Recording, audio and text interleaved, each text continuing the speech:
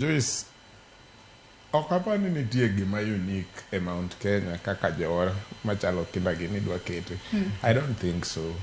Onge gima unique e Mount Kenya ma wanyalo wacho ni they have done politically ma wan pok watimo.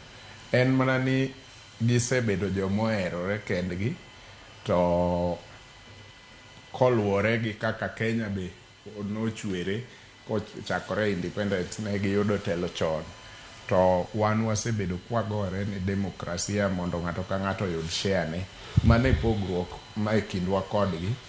It has worked for them ni erruok kendgi no osemiyogi achiel ariyo adek ma samoro wan waongego. Nitiere ohandgi moko mosedongo literally because of favor mag sirikal. Ok ni jaluo kia timo ohala kata jaluo onge ga obuongo mar timo gini. An asetamora wachno all along jok ma osiko koting'onwa bandech Mount Kenya all the time. The environment mwasebete opogore.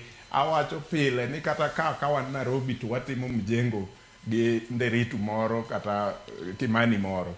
En okawo siling 50 to sechopo ushagogi, osechopo e gweng'.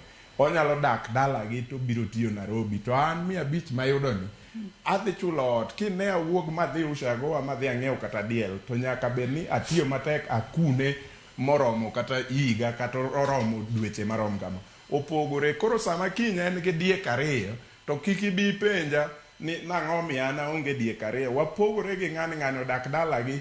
Abiro Nairobi kaka mitokni go dhi kadhate ng'ato donjo dala gi 30 shillings to ato sechego waidho bas gi siling 450 eka wachopo Nairobi. So jok mosiko ting'onwa bandech Mount Kenya giriambo kendo giwuondo jopiny. There is nothing unique about Mount Kenya ma joluo onge godo. Mana tieko. Mar ariyo, penjo about what is it for Rigathi now.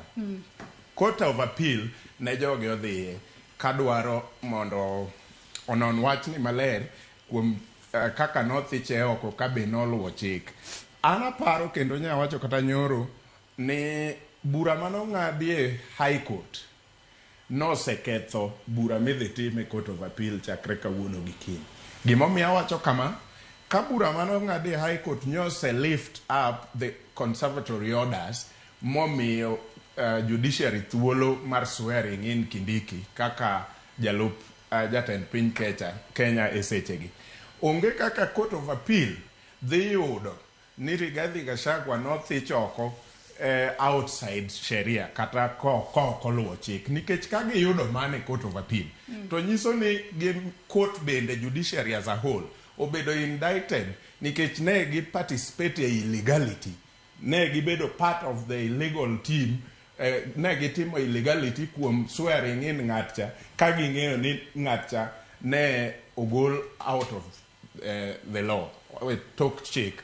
So gima neno ka court ok nyal dhi yie mondo gi-indict themselves. Koro bura cha an chalna noserumo oseng'ade gie High Court. Bura midhi time Court of Appeal.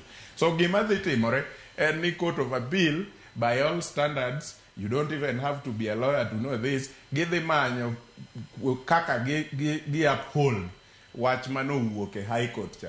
And Rigathi is going to lose. Matinde mulo kanyo matin ni nyalo bedo ni nyalo wach ni nothiche ok yo ma ok ni kare tichule tiyiene